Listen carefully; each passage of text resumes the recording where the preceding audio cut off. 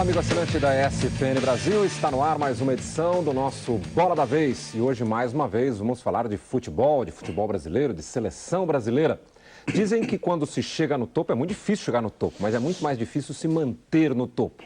O nosso convidado de hoje aceitou o desafio de manter a principal seleção do planeta no topo, em busca do hexacampeonato na Alemanha. Está conosco o técnico Carlos Alberto Parreira. Mais uma vez, muito obrigado por aceitar o nosso convite, Parreira. É um prazer retornar e encontrar aqui velhos amigos e debater e falar daquilo que a gente gosta, que é futebol e seleção brasileira. E para entrevistar o Parreira e para falar de futebol, de seleção brasileira com o Parreira, aqui estão os nossos convidados, a Soninha, da nossa equipe de apresentadores e comentaristas. Está aqui o nosso convidado especial, Jorge Cajuru, da TV Cultura, da Rádio Bandeirantes. Paulo César Vasconcelos, chefe do nosso escritório no Rio de Janeiro. O Paulo Vinícius Coelho, que é nosso comentarista e chefe de reportagem. Está aqui o Ovidio Matos também, da chefia de reportagem, nosso repórter especial. Parreira, como eu disse no começo, dizem que é muito mais difícil se manter no topo e você aceitou esse desafio aí de pegar uma seleção campeã do mundo e tentar manter esse status, né, na próxima Copa do Mundo. Agora, pelo que se viu nos últimos amistosos aí internacionais, me parece que o Brasil não vai ter muito trabalho não, né? Com a geração que já tem, com os garotos que estão chegando, eu acho que o Brasil hoje é favorito para a próxima Copa, ou não? O Brasil sempre será favorito pela qualidade, pela tradição, pelo histórico do nosso futebol. Foi o primeiro tricampeão, foi o primeiro tetracampeão, foi o primeiro pentacampeão. Agora, existe, evidentemente, uma rivalidade muito grande a nível internacional. O Brasil, apesar de ter os melhores jogadores, tem sempre que se preparar bem. E, ao contrário do que muita gente acha, agora é mole dirigir a seleção brasileira, eu acho que não. Eu acho que não. Você falou que em qualquer situação da vida, e na esportiva também, se você está lá embaixo, está ruim, chegar no regular, no razoável, no bom, no muito bom, é fácil. Qualquer movimento você chega rapidinho lá em cima. Quando você está no muito bom, no ótimo, para chegar no nível de excelência é dificílimo. Tanto que quebrar os 10 segundos demorou 20 anos.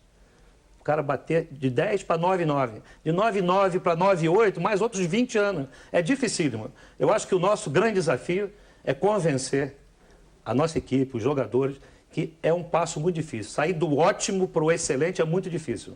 Vai exigir muito mais concentração, muito mais esforço, estar muito mais focado. Soninha.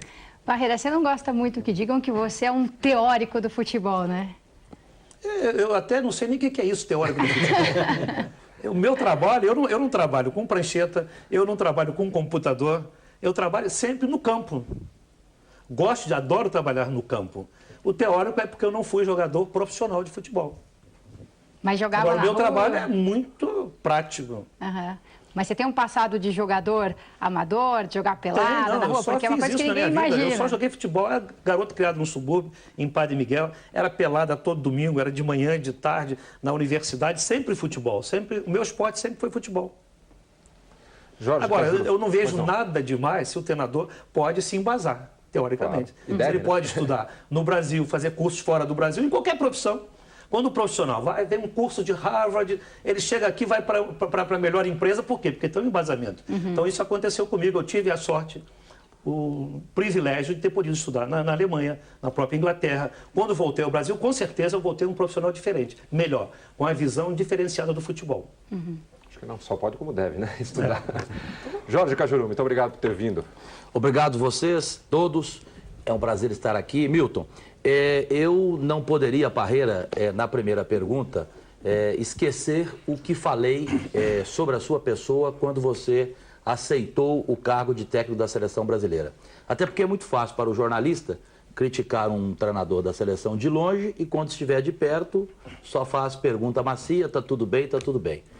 Eu tenho que te fazer essa pergunta porque você representava para mim, eu vou colocar assim, representava para mim, do ponto de vista moral, algo superior. Eu comparava você ao Tele Santana. Então eu tinha o Parreira como aquele espelho, aquela pessoa de um respeito, né, acima de tudo. De repente você dá uma declaração e fala que as decisões não são irreversíveis. Eu publicamente não concordei com você porque eu acho que palavra é palavra. Decisão é uma coisa, palavra é palavra. Eu tinha a sua posição como uma palavra. Eu fiz uma entrevista com você um dia, lá no Corinthians, que eu até guardei porque foi muito boa, em que você falava da sua família, de não querer mais ser técnico da seleção brasileira por isso, que você não admitia em hipótese alguma essa possibilidade, que você só aceitaria voltar como diretor de seleções e tal. eu queria te perguntar, dá para você contar para a gente que motivo maior teve para você mudar algo que você sempre disse publicamente, que eu queria te dizer que treinadores colegas seus ficaram surpresos, não falam para você, mas falam para a gente, jornalista. Hoje, o que aconteceu? Como é que o Parreira aceitou? Ele falou que nunca queria ser. Então, os treinadores te criticam, não criticam publicamente. Como eu te critiquei publicamente, eu queria publicamente ouvir de você um motivo maior. Você falar para nós que o Zagallo foi importante, o Américo Faria foi importante, o Ricardo Teixeira foi importante. Não, me desculpe, essas pessoas não são mais importantes do que os seus familiares, a sua mãe, a sua esposa, que você dizia a nós que não queriam mais te ver como técnico da seleção brasileira. Então eu queria, frente a frente com você, saber realmente que motivo maior foi esse para você mudar aquilo que até então para você era irredutível. Olha, foi de uma maneira muito simples, não coloco nessa decisão essa dramaticidade toda que você colocou, foi uma decisão até muito tranquila e na verdade, durante 9 anos eu acalentei o desejo de não voltar à seleção. Nunca disse, nem para você, nem para ninguém, que não voltaria nunca. O que eu dizia sempre era, não faz parte dos meus planos profissionais voltar a ser técnico da seleção brasileira, o que era extremamente verdadeiro. Extremamente verdadeiro. Eu queria retornar como coordenador de seleções, supervisor ou algo assim. De repente, eu sou técnico da seleção brasileira, técnico de clube, militante, trabalhando, querendo continuar no meu trabalho e fui, de certo modo, envolvido. De certo modo, pela opinião pública, amigos, pessoas e tal, e foram me cercando, me convencendo que eu poderia voltar, que eu deveria voltar. Que seria ótimo para o futebol brasileiro ter um técnico do meu gabarito, do meu caráter, da minha personalidade, da minha experiência, voltando a dirigir a seleção brasileira. Eu quero deixar muito claro para você que eu não trabalhei para isso, não pedi a ninguém, não fiz o menor esforço para voltar como técnico. E, de repente, as pessoas acabaram me dando argumentos suficientes para que eu voltasse.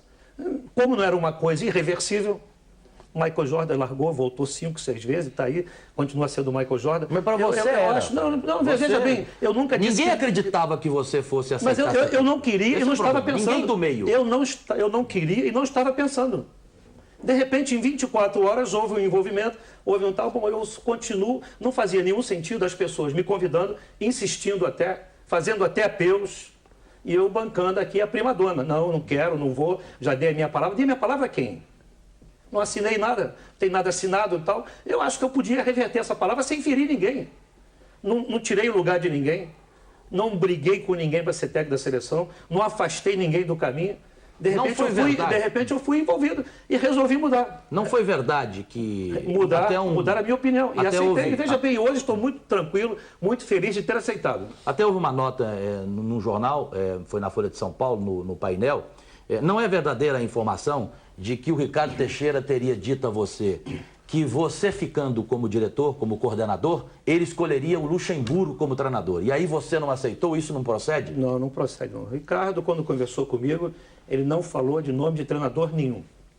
Ele já chegou para te convencer a ser treinador? Para ser técnico da seleção brasileira. Não citou companheiro nenhum, nome de ninguém, o Luxemburgo, o Oswaldo, não falou, Parreira, eu quero você como técnico.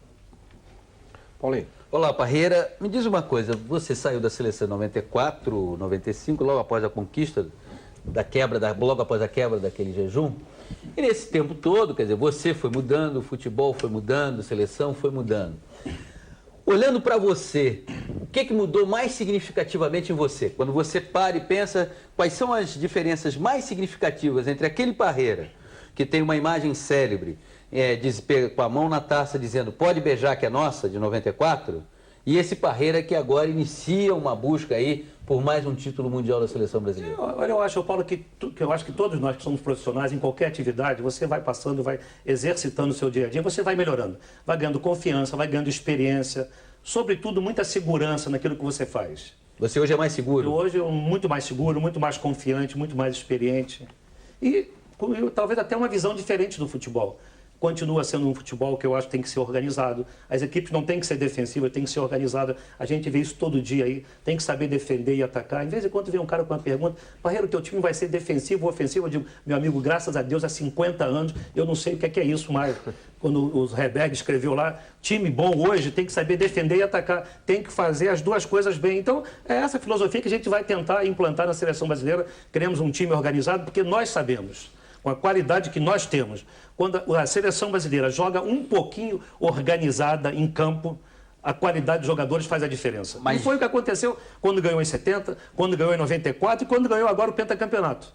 A hora que o Luiz Felipe fez uma mudança, organizou taticamente o time com a entrada do Kleberson, 7 para defender, 3 para decidir. O Brasil ganhou com o pé nas costas a Copa do Mundo de uma maneira brilhante e merecida. Em relação especificamente a você, quer dizer, o que você vai fazer? Você hoje privilegio muito mais o jogador completo.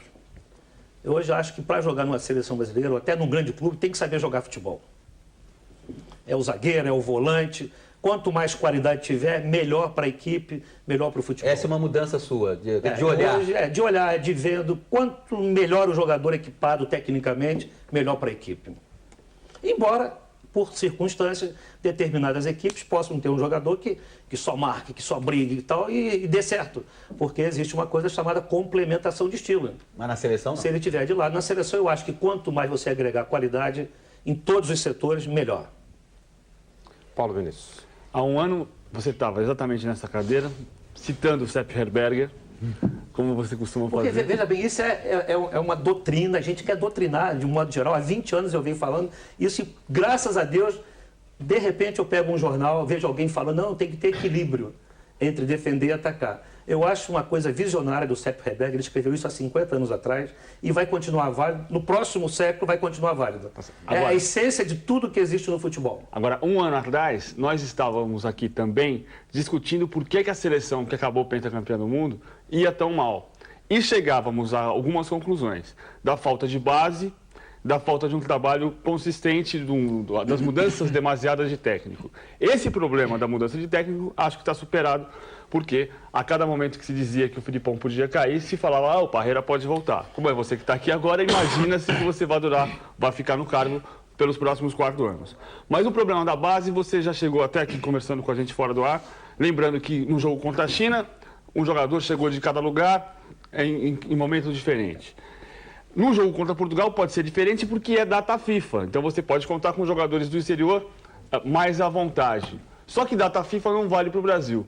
Um dia o técnico da seleção brasileira vai receber a incumbência de fazer um calendário aqui, ou eu queria saber, na verdade, como é que você avalia o risco de também não conseguir montar uma base em função desses problemas que afetam o técnico da seleção? Exato. A grande dificuldade do técnico da seleção brasileira é equacionar todos esses problemas fora de campo. Como convocar os jogadores do Brasil e do exterior. Como o Cajuru falava anteriormente, tem muita competição para pouco calendário. A Copa das Confederações, nós já passamos lá uma semana tentando descobrir e não chegamos a conclusão alguma qual será a seleção brasileira que irá representar o nosso futebol na Copa das Confederações. Mas por problema nós temos competições aqui, finais da Copa do Brasil, finais da Libertadores, início de Campeonato Brasileiro. Temos na Europa 3 países que estarão jogando as 3 ou últimas 4 rodadas dos campeonatos regionais. Então você, a rigor, não pode convocar jogador de lugar nenhum. Todo mundo está envolvido, de certo modo, com alguma competição. Então, o nosso grande problema é ter jogo de cintura, flexibilidade para equacionar isso tudo. Agora, não tem um problema nosso mais do que deles a partir do momento em que a FIFA criou datas para amistosos internacionais, para jogos de seleção. A Copa das Confederações, como você disse, está até fora disso. Mas Brasil e Portugal, por exemplo, acontece numa data FIFA, o mundo do futebol para e o Campeonato Brasileiro começa na mesma data. Nós vamos poder contar com jogadores que atuam na Europa e parte de jogadores que atuam no Brasil. Nós vamos poder fazer um time ainda competitivo, forte, e espero que dessa vez com mais chance de poder treinar. Pelo menos fazer dois treinos. Esses jogos independentes não são ideais, as condições não são ideais, mas é importante que se façam. É a única oportunidade que o treinador tem de tomar contato com os jogadores. Não parece o Luizão foi convocado de início para não jogar, para ficar no banco. Chegou lá, jogou, e jogou bem. Jogou bem. Então você vai ganhando um conhecimento dos jogadores. O Gilberto, uma outra função, um pouquinho mais peso entre os zagueiros ali e tal. O Kleberson ali mais pelo meio, o Zé Roberto. Então você vai ganhando conhecimento do jogador e vai agregando situações que amanhã podem ser úteis. E não se esqueça que daqui a 5 meses o Brasil já vai começar a disputar a eliminatória, mano. Nós temos que ter um time, uma base pronta, pelo menos uma base que já jogou anteriormente, que se conheça. Não adianta ficar querendo inventar muita coisa, muitas mudanças radicais. Daqui a 5 meses a gente já começa a eliminatória. E eliminatória, não é preciso relembrar, sempre é complicado para o Brasil. Foi complicado em 93, foi complicado em 2001. E não será diferente nessa oportunidade. E não será diferente. Ovidio Matos. Parreira, nas últimas semanas nasceu uma discussão muito forte no meio da imprensa sobre a figura do craque. Robinho é craque, Kaká é craque ou não, Diego é craque ou não. Queria saber a sua opinião. Você considera que esses três, especialmente, e outros nomes que eu estou nem citando aqui, já são craques formados? E se não são ainda, o que falta para eles? Bom, não existe nada conceituado sobre o que é craque. Craque, o conceito geral é aquele jogador que desequilibra, que faz diferente. Ele tem qualidades técnicas excepcionais, diferenciadas dos demais jogadores. Existe um conceito mundial, craque, os craques que a gente conhece. Quando você fala de Maradona, craque, Zico, Pelé, Garrincha, Beckenbauer e tantos outros, foram consagrados nas maiores competições de futebol, que são as Copas do Mundo, mano. Então, esses jogadores são grandes promessas de craques que precisam ainda demonstrar isso em eventos de maior significância. Né? Passar por uma eliminatória, passar por uma Copa do Mundo. O Maradona, antes da Copa de 78, não, 82, né? O Maradona foi 82. 82 foi a primeira Copa. A Copa do Mundo é que tem. O Pelé, com 17 anos, já era craque porque jogou uma Copa do Mundo. Eu acho que são grandes promessas de craque, são jogadores diferenciados, mas que vão precisar passar por essa batalha de uma Copa do Mundo. O Robinho você já chamou de fora de série. Eu já ouvi mas isso. Estou dizendo que eles são fora de série. Não, os três são. Na pergunta. O Robinho e o Diego são fora de série. O outro, Kaká são fora de série. Eu adoro esses jogadores, são maravilhosos. São diferenciados. Agora, vamos ver como eles se comportam numa Copa do Mundo. Numa competição desse nível. São jogadores completos? Você citou para o Paulinho esse São jogadores em evolução. Um jogador com 17 anos não pode estar completo. Tem muito que aprender. Quem é um jogador completo? O Rivaldo, o Ronaldo, o Ronaldinho Gaúcho? Esses são jogadores completos? São jogadores que rendem dentro das suas características. Se você for analisar cada um deles, eles têm dificuldades, têm deficiência. Mas o lado positivo, as coisas boas são muito maiores, mano. Agora, tanto é assim que eles são craques, né? Por isso, porque fazem diferente. Agora, nós estamos falando até de Diego, Robinho. Eu acho que a final do Campeonato Brasileiro do ano passado, ela teve um confronto bem interessante. De um lado, um time em que o brilho individual era determinante para o comportamento desse time.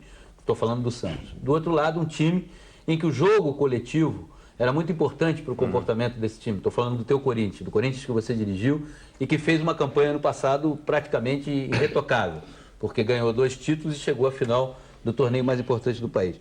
Quais são os efeitos, na tua opinião, disso para o futebol? Um ano que o Brasil conquistou mais um título mundial, um ano em que a final do Campeonato Brasileiro teve um time com o talento do Robinho, com o talento do Diego e com o talento de um outro jogador que pouco se fala, chamado Renato, por exemplo. E ao mesmo tempo teve do outro lado um time em que o jogo coletivo era o seu forte. O que você acha que isso vai ter de efeito para a temporada de 2003 do futebol? Vou fazer uma pequena... Eu entendi bem a pergunta e vou responder de uma maneira muito breve. Em 94... Nós tínhamos aquele grupo de jogadores e acabou, não tinha alternativa. Tanto é que o Raí era o grande meia do futebol brasileiro, eleito pela imprensa brasileira o melhor jogador do Brasil, eleito pela Sul-Americana o melhor da América do Sul, artilheiro no Campeonato Paulista e era o grande meia de chegada, de organização. Por isso eu apostei as minhas fichas no Raí até onde foi possível apostar. Até divergindo do Zagallo, que achava... Do Zagallo e de todo mundo no Brasil. Ninguém queria o Raí, todo mundo, tal. E eu, exatamente por ser ele o único meio de organização, de chegada, de criação, jogador que organiza um time, mete uma bola, faz uma tabela, faz um gol. E não tinha alternativa. Então eu acho que com esses jogadores que estão chegando, que estão aparecendo, a resposta é criar alternativas. Nós temos alternativa. Você acha que, por exemplo, tanto pode ser o jogo coletivo do Corinthians como o brilho individual do Santos? Eu acho que na hora da decisão, o jogo coletivo não ganha campeonato do mundo. Ajuda a ganhar. O que ganha é a qualidade do jogador. Aliado a um bom esquema tático. Então você já achava difícil... Um bom esquema tático vai proporcionar condições para que os craques desabrochem, façam as jogadas. Quem decide são os craques. Parreira, nesse sentido... E nisso o Brasil não tem ninguém tão bom quanto o Brasil. Nós temos aí os 3 que jogaram a Copa do Mundo brilhantemente e temos outros tantos surgindo. Essa fábrica brasileira. Essa fábrica. Ninguém tem nada igual ao Brasil. Você imagina ser um pouco mais complexo para você renovar a seleção brasileira com essa garotada que está chegando? Porque você tem uma base muito forte, campeã do mundo, uma seleção entrosada, as pessoas se gostam nessa seleção, assim, tem uma harmonia, né? Você acha mais difícil colocar elementos novos em função disso e, de repente, essa garotada talvez tenha que esperar um pouco mais? A pergunta é interessante porque ela tem sido muito formulada em todos os meios de comunicação. Vai renovar a seleção brasileira? A pergunta batendo assim logo de cara, dá a impressão que nós terminamos a Copa do Mundo desclassificados. Não todo mundo vai renovar e tal. Eu acho mas a minha pergunta não é se você vai renovar a seleção, é se esses garotos passarão a ter chance na seleção um pouco mais tarde. Eu vou chegar lá. Então eu acho que tem que estar preocupado em renovar é a Argentina, é a França, que foram um fracasso total. Mano. O Brasil tem que renovar, nós temos que pensar na próxima Copa, daqui a 4 anos, e esses jogadores com certeza vão ser observados. Nós não temos pressa. É diferente. Não existe vestibular, não existem regras definidas. O Robinho, o Diego, o Gil, o Kleber não tem que passar pelo vestibular de uma sub-20, sub-23, de uma Olimpíada para chegar na principal. Mas com certeza será muito melhor para eles se eles antes passarem por essas seleções, chegam lá com mais maturidade, com outra visão do futebol internacional. Até porque, como você disse, nós estamos às vésperas de uma eliminatória que promete ser muito difícil, né? Nós temos que ter gente experiente e gente capaz. Então, com certeza, os jogadores vão ser úteis. Nós só não temos pressa em chegar e colocá-lo de pronto na seleção. Eles vão ser observados, vão ter oportunidade, com certeza. E cabe a eles segurar. Agora, Parreira, alguém que esteja fazendo um campeonato brasileiro fabuloso, mas que já tenha passado pela seleção sem ir muito bem, tem menos chance do que os outros? Alguém que já tenha sido experimentado e na seleção não convenceu, ou foi muito irregular, tem menos chance? Sempre existiu. Jogadores que vão muito bem a nível de clube, quando chegam na seleção, não repetem. Eu não vou nem citar nomes aqui, mas se a gente fizer aí um esforçozinho de memória, 8, 10 nomes com facilidade. Jogadores que vão muito bem a nível de clube, quando chegam na seleção, não correspondem à expectativa gerada. Agora, a gente sabe que muitas vezes a experiência deles na seleção é muito rápida ou tumultuada por vários motivos. Ele é convocado para um único jogo, faz uma viagem, não treina, se encontra com o grupo na última hora e aí não vai bem. Aí depois dá uma outra chance, mais ou menos nas mesmas condições. Um jogador assim, de qualquer maneira, é mais difícil que seja chamado por você de novo. Eu acho que ele não pode nem deve ser julgado pela primeira impressão. Pelo menos uma segunda, uma terceira vez seria interessante. Se você acredita, confia no jogador, eu acho viável, até justo, que ele seja convocado em outras oportunidades, mano. Cajuru? Ô Parreira, eu queria voltar aqui a um assunto em cima de uma resposta sua. Primeiro, dizer que o programa chama-se Bola da Vez e não Jornal da Tosse, porque eu estou gripado e de vez em quando estou tossindo muito. Quero pedir desculpa porque a gripe é forte. Eu não moro no Rio de Janeiro como Parreira, trabalho à tarde, acorda de manhã, tem uma vida boa. Quem mora em São Paulo já fica com gripe logo cedo. Tá vendo, Parreira? Ele acha que é moleza ser técnico da seleção. Tá? De fora é fácil falar. É porque antes do programa ele falava. É fácil dar palpite. Faz isso, faz aquilo. É porque eu sou fulano. De fora é mole, rapaz. É porque antes não perde nem ganha jogo. Nunca. Comentarista é a melhor profissão do mundo. É porque antes do programa você dizia que você está com a vida melhor. Você falou que eu tô magro, eu fiquei até feliz. Eu não queria fazer nenhuma pergunta dura para você, porque você chegou, me elogiou, falou que eu tô magro, né? Não tem elogio. É visível, nota-se. É visível. Aí eu falei de você falou que agora você está com a vida melhor, de manhã você faz ginástica, tá correndo, que aqui em São Paulo você não fazia isso, não é isso? Não tinha tempo. Não tinha tempo. Mas eu achei interessante uma resposta sua. Você falou para o Paulo César, o Brasil foi pentacampeão, 7 defendendo e 3 decidindo.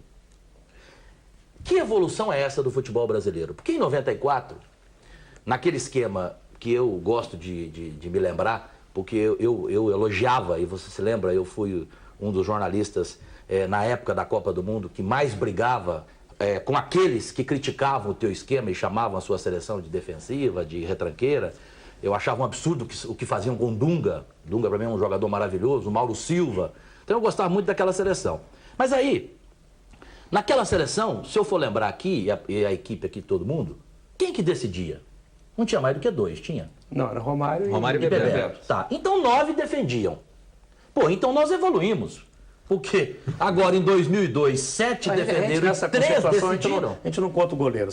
Eram 8 e 2. Então, 8 melhorou, pô. Agora nós temos mais um para decidir. Então, mas eu queria colocar para você. Como que você é momento, é momento.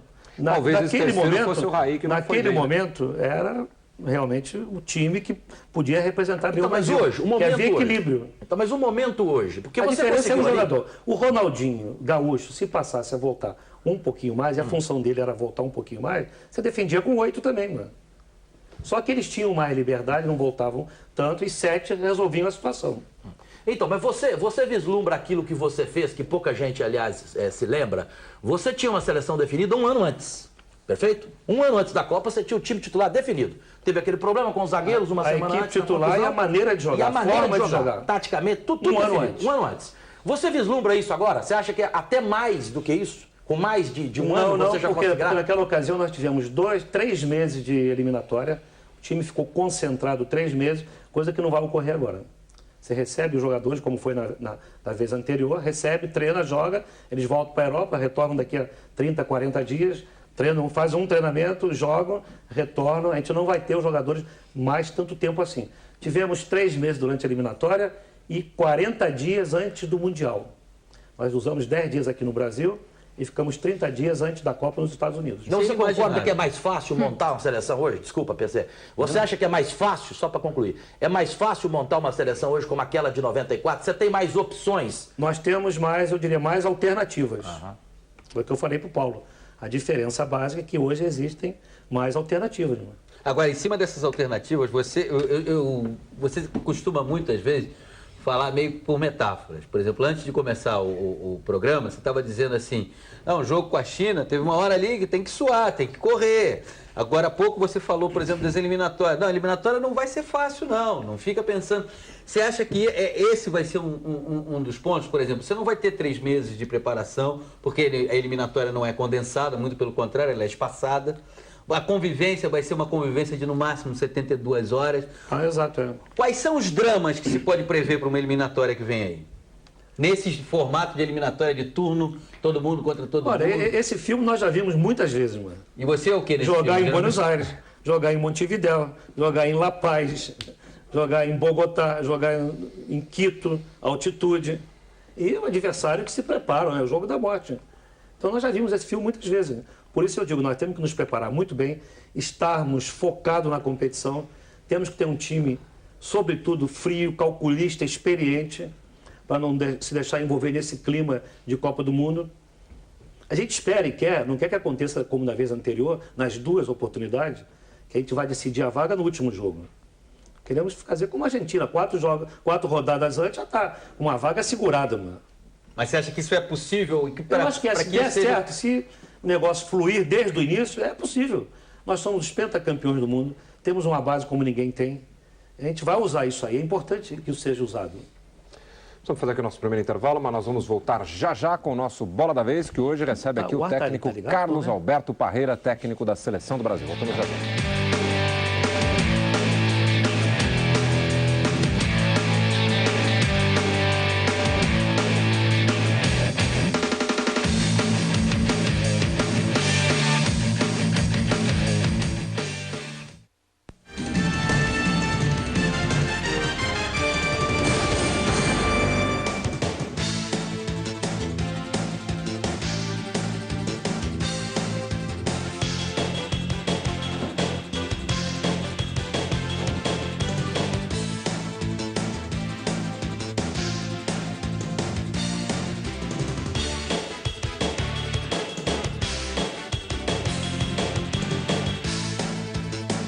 Comece 2003 ganhando para você e um acompanhante uma viagem à Espanha para assistir o superclássico entre Real Madrid e Barcelona.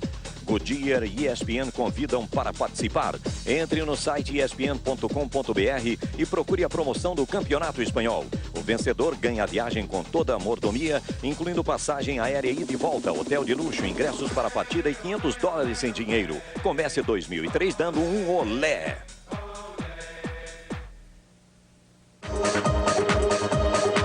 UEFA Champions League. Nesta terça, a partir das 4:30 da tarde, Deportivo La Coruña da Espanha e Basel da Suíça. Ao vivo pela 4ª rodada da segunda fase. Na ESPN Brasil.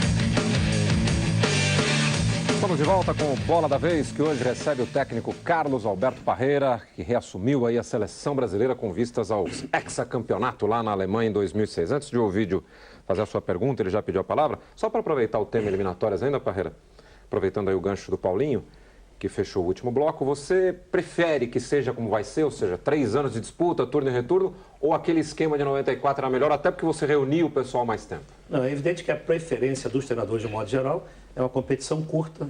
O ideal seria 2 grupos de 5, você faria 8 jogos em 2 meses e resolvia a situação.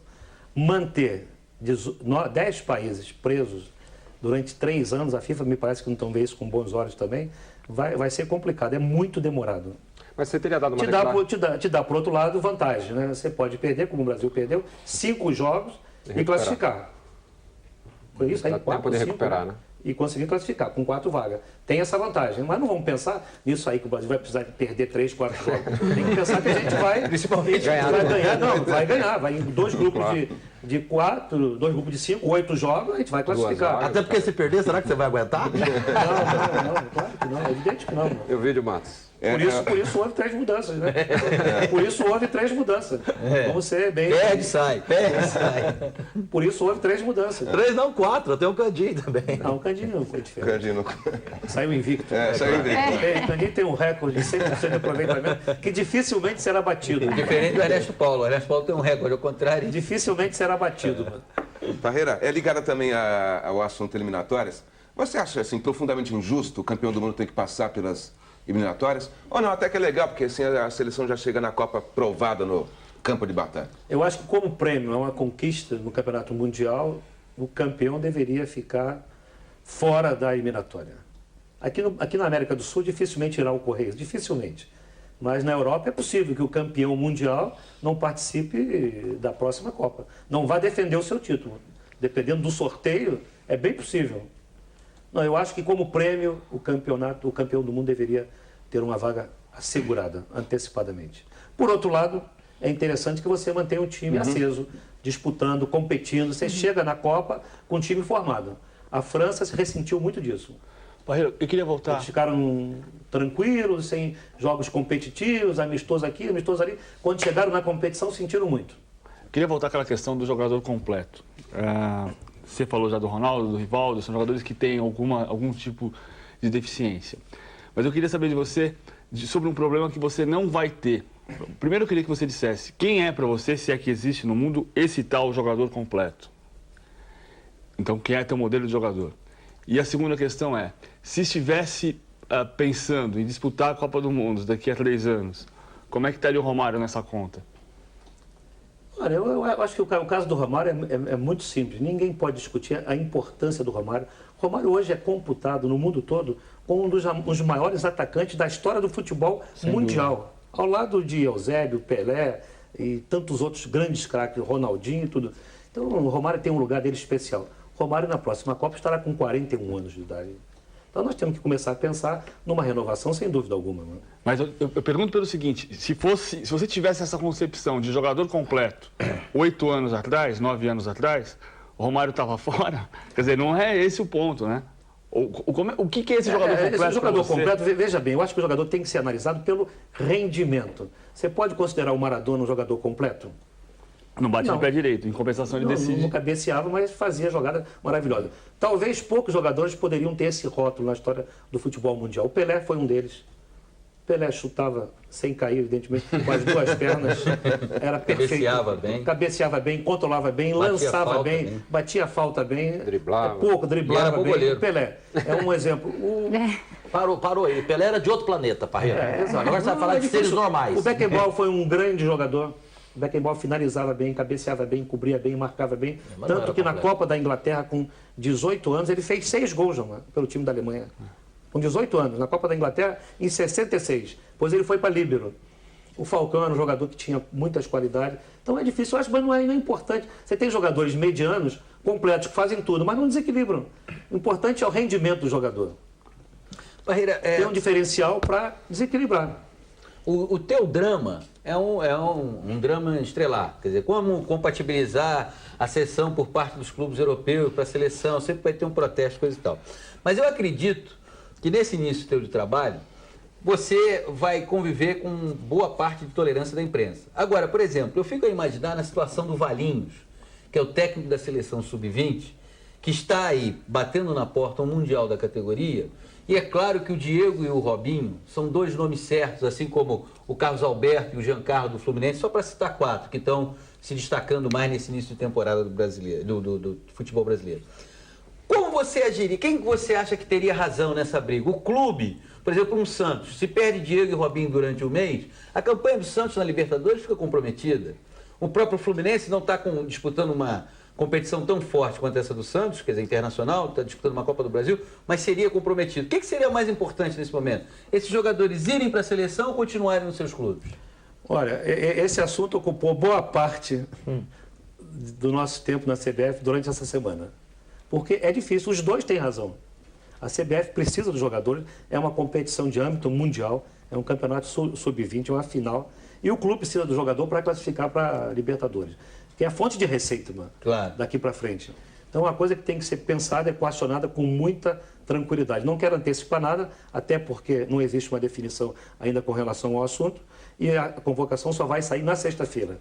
Eu acho que vai exigir um grande grau de bom senso. Agradar as duas partes não vai agradar. Não vai, isso já está claro. Alguém vai sair perdendo na história. Certo. Eu acho que você atender o lado técnico e político também não vai conseguir. Alguém vai ficar emburrado na história. Vai, sem dúvida alguma. Agora, você acha que, por exemplo... Os dois vão precisar dos jogadores. Pois é, e aí... A seleção precisa e o clube também. Mas aí o jogador pode ser mais útil... O problema é isso aí. Se tivesse um escalonamento dos calendários, não haveria esse tipo de problema, de situação, mano. Mas você acha que, por exemplo, para o jogador, o que é mais interessante? Ele continua, por exemplo, para um Diego, para um Robinho, é mais interessante que eles continuem no Santos jogando uma Libertadores ou em disputar um Mundial vai acrescentar muito mais a carreira deles nesse momento? Sem dúvida acrescenta muita coisa. Sem dúvida acrescenta. Disputar um Mundial acrescenta, o jogador volta diferente, mano. Volta com um novo status, com uma nova concepção, um novo conceito. Volta muito melhor para o clube, financeiramente e tecnicamente. A visibilidade é muito grande, mano. É mundial, mano. Soninho? Parreira, você é talvez uma pessoa única em termos de respeito que você tem junto à CBF, a Confederação Sul-Americana, a FIFA. Quer dizer, você é uma pessoa que pode se fazer ouvir tranquilamente. Como você disse, é claro que houve coisas positivas para você nesse amistoso contra a China, né? O Luizão já jogou com você com ele, o Gilberto Silva, o Kleberson, enfim. Mas você, e agora mesmo você acabou de destacar essa dificuldade, né, de conciliar calendários nacionais, internacionais, coisa e tal. Você espera se fazer ouvir, por exemplo, antes de um novo amistoso ser marcado e dizer, olha, ir tão longe é muito ruim, a gente não tem tempo nem de treinar, fazer um coletivo completo. Você acha que você pode ser ouvido nessa questão? Claro, muita coisa já está definida, já está marcada, mas para os próximos anos... Eu acho que a gente tem que começar a conversar. Esse jogo contra a China já estava marcado anteriormente, nós chegamos, me parece até que era Brasil e Real Madrid, que o Real Madrid iria jogar contra a China, o Real Madrid não pôde ir, aí a equipe brasileira foi convidada para completar esse calendário. É realmente uma viagem desgastante, talvez tenha sido uma das mais difíceis que eu tenha feito na minha vida. Foram 30 horas para ir, 30 para voltar, em 4 dias, com fuso horário, dentro de avião, e tem que entrar em campo, tem que jogar bem, tem que ganhar. Bagaço. Então o que a gente sentiu, a dificuldade muito grande, foi o espírito de grupo. Um grupo chegou na segunda-feira de manhã, o outro à noite, o outro na terça-feira, e chega no campo, pega um adversário incendiado, eu diria, com vontade, super motivado, 1 mês e meio, a velocidade aí, a condição física nessa hora pode fazer diferença. E o jogador, daqui a pouco, ele tem que voltar, 3 dias depois está jogando nos seus campeonatos, um na Inglaterra, um na Alemanha, um na Itália, um na Espanha. É muito complicado. A gente teria que ter condições mais adequadas. Mas no Brasil a CBF não pode jogar. Não há quem cubra os gastos da seleção brasileira aqui. E, no final, acaba sendo importante. No final, acaba sendo importante reunir a seleção a cada 40 dias. Porque vai tirando conclusões, mas você vai acha observando os jogadores, embora as condições não sejam ideais. Mas você acha que você pode ser ouvido para os amistosos que ainda não estão marcados? Eu acho que a comissão técnica tem suficiente peso para conversar com o presidente e colocar o lado político, o lado financeiro, o lado técnico e até mesmo o nosso prestígio, né? O Brasil, pentacampeão do mundo, fez 3 amistosos. Perdeu para o Paraguai, ganhou da Coreia no último minuto e empatou com a China. Isso não está Baixa colocando... até o valor do cachê, né? Isso não está colocando em julgamento a qualidade do nosso futebol. Não. Porque na hora que a gente for treinar, tudo, a gente vai fazer a diferença. Mas coloca em julgamento a credibilidade do nosso futebol. Porque se por acaso... Não, prestígio, veja bem. Prestígio, aliás. Porque se perde um desses jogos... A qualidade do O prestígio espetáculo, o prestígio é o pentacampeonato. O prestígio é o hexacampeonato. É isso que mantém a credibilidade. É ganhar a Copa do Mundo. Olha, Nós temos que pensar na Copa. O Milton já deve ter ouvido, de todos aqui, opiniões do Tostão sobre esse assunto que eu vou colocar. O PV estava falando sobre treinador, sobre jogador completo. Eu queria entrar treinador completo. O que significa para você um treinador completo? E queria discutir mais com você, Parreira, sobre as funções do treinador durante a semana e durante uma partida de futebol. O Tostão diz que o treinador que mais impressionou a ele naqueles tempos em que jogava bola foi o Zagallo. Segundo ele, o Zagallo era um revolucionário taticamente naquela época. E ele acha que o Zagallo depois recuou. Ele não evoluiu taticamente, na opinião do Tostão, o Zagallo. Mas foi quem mais o impressionou naquela época. Hoje o Tostão acha que poucos treinadores impressionam taticamente. Ou seja, provam que viram um jogo, que fazem diferença num jogo de futebol. O Jô Soares, num programa que eu estive com ele, até depois eu te entrevistei em uma rádio, no dia seguinte, falava da experiência que o Brasil deveria ter de um treinador de fora, de um treinador estrangeiro. Porque o treinador brasileiro é engraçado, taticamente eles não acrescentam e tal. Então, eu queria perguntar para você o que é um treinador completo e queria perguntar para você a importância de um treinador durante a semana, a importância de um treinador durante um jogo. Porque eu estou cansado de ver treinador animador de auditório. Não sei se você já viu na televisão, porque você não é assim, você é diferente. Treinador na televisão, quando mostra a câmera, é uma coisa impressionante. Tem o Luxemburgo, parece que ele tem ataque epilético. Na televisão mostra, ele fica assim. Né? Ele fica gesticulando. O outro fica assim. Né? O Joel Santana, um dia eu fiquei vendo um jogo do Vasco, ele é treinador, e com a prancheta na mão. O tempo todo com a prancheta. Eu, sinceramente, duvido. Para mim, aquilo é para palavra cruzada. É possível que ele tem tática de futebol. Então, eu fico vendo e ouvindo opiniões de jogadores, Parreira, e vou dizer aqui Mário Sérgio. O Mário Sérgio que o único treinador, Mário Sérgio e Julião, os dois, eles falam publicamente, que o único treinador que virava jogo, que desequilibrava, era o Enio Andrade, na opinião deles. Então eu queria saber, treinador vira jogo, treinador desequilibra, qual é a diferença do treinador brasileiro hoje para esses outros treinadores lá fora? Bom, a sua pergunta e a resposta, evidentemente, nós temos que montar um seminário de uma semana, convocar especialistas em determinadas áreas para chegar... Não estou falando sério, não estou brincando não. Para responder a tua pergunta. Meu. Vamos fazer um seminário de uma semana, chamar o pessoal da FIFA, todo mundo aí, para discutir esse assunto, mano. Então vamos falar sobre Eu não tenho a pretensão de responder em 30 segundos, 1 minuto, a sua pergunta, porque ela é muito profunda. Vamos lá, em parte, de uma maneira muito sucinta e breve e concisa. Porque não temos uma semana. Não, ele fez uma pergunta profunda mesmo. Claro, eu acho que ela teria que ser até objeto de um seminário. Que é o treinador de futebol, dentro da sua concepção. Primeiro, a vivência, a experiência de quem passou 30, 40 anos dentro de um campo de futebol, de repente se prepara e vai dirigir gente. O importante é isso. Então, são vários conceitos. O técnico, para ter sucesso, isso aí não é só no futebol, nos Estados Unidos, lá no basquetebol, aqueles caras que ficam 40 anos numa universidade, ganham 30 campeonatos e tal, não foi só pela qualidade técnica. Tem outras qualidades. O poder de comunicação é talvez um dos mais importantes. O técnico que se comunica bem, que tem empatia com o seu grupo, que consegue tirar o melhor do jogador, que consegue vivenciar aquele dia a dia e tal. O técnico que conhece bem tecnicamente, sabe treinar, sabe preparar um time, mas não sabe ter empatia com os jogadores, não sabe exigir, não sabe motivar, não sabe o que é trabalho de equipe. Então são várias facetas e cada um deles o completo seria aquele que tivesse um pouco de cada. Conhecimentos técnicos, conhecimentos táticos, conhecimentos de administração, de organização, de informática, de motivação, de psicologia. E, às vezes, ele se destaca tendo um desses elementos. Conhecimento da tática, tem um feeling do jogo, mas não sabe treinar o time durante a semana, não sabe trabalhar, não sabe motivar, mas conhece futebol. Você conhece algum treinador completo? Eu trabalhei com vários treinadores, e dois que me impressionaram muito foram o Zagallo e o Evaristo. Muito bom no dia a dia do futebol e tal. Então eu acho que o trabalho do técnico hoje no Brasil, ele se prende muito no dia a dia. Bom técnico para mim é aquele que trabalha durante a semana toda as situações que podem ser vivenciadas num jogo de futebol, ele vai para campo no domingo só para observar aquilo que foi feito, em função do adversário, em função da sua equipe, e no vestiário dá um toquezinho, uma coisa que estiver errada, num detalhe, está muito lenta, muito pelo meio, a marcação está muito frouxa, está muito atrás, tem que sair um pouquinho mais, detalhes que podem ou não mudar o resultado de uma partida. Quando você faz uma mexida, 2 ou 3, nada te garante que vai dar certo, mano. Quando dá certo é um gênio. Quando não deu certo é uma besta, é burro, mexeu mal. Nada garante que vai dar certo, mano. Você concorda com o Tostão que o Zagallo não evoluiu? O Zagallo continua muito alerta e muito vivo. Ele acompanha futebol, vive futebol há 50 anos, tem uma memória, tem uma experiência privilegiada. Eu acho que ele evoluiu. Agora vamos falar do seminário.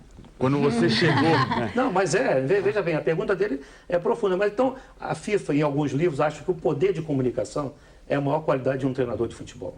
Comunicação com os jogadores. Com os jogadores, com a imprensa, no modo geral, com o grupo. O lado de motivação, treinamento. Às vezes você vê excepcionais jogadores vão começar uma carreira sem a preparação. Foi aquilo que eu falei, uns cursos de embasamento. O cara de saber o que é um treinamento, saber o que é alimentação. Não é que o treinador vai cuidar da alimentação, mas ele tem que estar atento que a alimentação está sendo correta, que o repouso está sendo correto, que a carga de exercício está sendo ministrada da melhor maneira possível com um preparador físico. Você buscou um adjetivo que você é Pelé, né? Poder de comunicação. Eu me lembro em 70 como a experiência é importante. Em 70, na Copa do Mundo, vocês celebrar, eu era garoto, tinha 26 para 27 anos, era preparador físico, eu e o Coutinho chegando ali com um xiró, um entusiasmo só, a gente querendo dar treino de manhã, de tarde, de noite e tal, aqui no Brasil, treinando full time, e aeróbicos, anaeróbicos, trabalho individualizado, carga individualizada, fomos para o México 30 dias antes de começar a competição, para fazer adaptação à altitude. E começamos na primeira semana de manhã e à tarde. No segundo dia, lá em Guanajuato, o Gerson teve uma distensãozinha. Aí valeu o quê? Tá no livro? Não tá. Valeu o quê? A experiência do Zagallo do Chirol. Reuniu a comissão técnica. Olha, passamos 2 meses e meio no Brasil treinando. Olha só que coisa linda, hein? 2 meses e meio no Brasil treinando.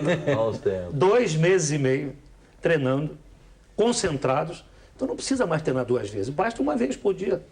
Pronto, paramos ali, não tivemos mais problema. E o time foi considerado o melhor fisicamente da Copa. Não estava no livro. É a experiência de quem viveu 30, 40 anos, mano.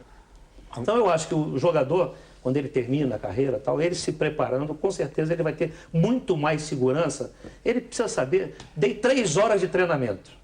Valeu para quê e por quê? Nada, não valeu nada. Treinamento não precisa ter 3 horas para ser bom, ele tem que ter intensidade e qualidade.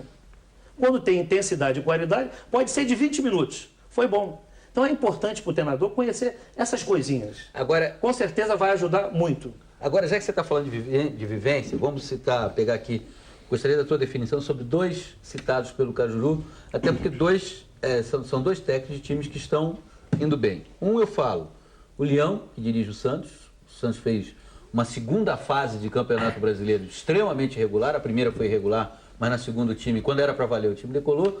E a outra é o Mário Sérgio dirigindo o São Caetano. São 2 ex-jogadores, 2 jogadores com muita vivência. Como é que você os vê como técnicos, esses 2? Eu acho que são 2 grandes técnicos do futebol brasileiro, 2 esperanças de renovação, quer dizer, são jovens ainda, né? Estão aí nos seus 50 anos, mas para a profissão são jovens ainda. O Leão fez um trabalho muito bom, não foi só pelo talento do Robinho e do Diego, não. Pouca gente escreveu ou atentou. O Santos era o time que melhor marcava. O cara fala que o Santos, Robinho e Diego. Então o Santos ganhava porque tinha Robinho e Diego. A equipe do Santos, de uma maneira coletiva, foi o time que melhor marcou, que melhor apertou, não deixava o adversário jogar. E nunca ninguém chamou o time do Santos de defensivo. É só perguntar. Pergunta o Oswaldo, pergunta todo mundo aí. Quem jogou contra o Santos. Era o time que mais apertava na marcação. Muito bem condicionado fisicamente. E, evidente, quando tinha a bola, tinha qualidade para jogar. Claro. Então, cada vez mais você chega à conclusão que o velho Rebeca, 50 anos atrás. Ele é perfeito, veja bem. Eu quero mudar. Se algum dia de vocês, alguém lê alguma coisa, Parreira, muda porque surgiu algo diferente. Vem e me liga, por favor. Assim, defender e atacar com a máxima. E o Santos fazia isso com perfeição, e o Mário Sérgio também. As equipes do Mário marcam bem, apertam bem o adversário, não deixam o homem jogar, e na hora que tem a bola, jogam. Agora, ao contrário desse Santos, do exemplo que você citou, o teu Corinthians marcava muito menos, e no final do campeonato, embora tenha sido apontado no começo do ano como um time ofensivo, o Parreira mudou, joga com 3 atacantes, no final do ano era apontado como um exemplo de futebol pragmático contra o futebol romântico do Santos. Ou seja, aquela velha peça voltou. Isso te incomoda? Ou te incomodou no final do ano? Não me incomoda, não nada a ver. Conceitos, rótulos. O importante na vida é que você saiba o que você é. Todos nós aqui. Amanhã chamar de vocês, algum de vocês de incompetente, escrevam mal, vocês não vão se aborrecer. Por quê? Porque vocês sabem que vocês têm valor, vocês têm uma competência. Então, veja bem, isso muda de acordo com o momento. Em 3 meses muda, em 4 meses, em 5 meses. O importante é você saber e ter a consciência de que, com esse grupo aqui, eu tenho que extrair o melhor. Agora, contraditoriamente, a Soninha falou do respeito que você gosta. Quer dizer, ao mesmo tempo, na mesma época em que o teu time foi apontado como o exemplo de pragmatismo contra o romantismo do Santos, o teu nome foi aclamado para a seleção brasileira e ninguém contestou. O que é romantismo do Santos? Define isso aí. Essa é uma boa pergunta. Não, você está falando, defina aí, mano. Não, eu não estou falando, Vocês lançam os negócios aí, então. Romantismo, defina o que é romantismo. Eu não estou falando, não. O Santos ficava olhando o adversário jogar, não marcava. Andar de carruagem. Então vamos lá, o que é romantismo no futebol? Eu defendi. Vamos lá, o que é romantismo? Eu acabei de dizer que o time do Santos era o que melhor marcava. Exatamente. Apertava, não deixava jogar e com a bola jogava porque tinha qualidade para isso. Exatamente. Em todos os setores da equipe. Veja bem, os laterais, os meio de campo, os atacantes, era um time que tinha qualidade. Até o Diego pegava. O que é romantismo? Não existe Você acha que o romantismo alguém vai ganhar futebol? Não.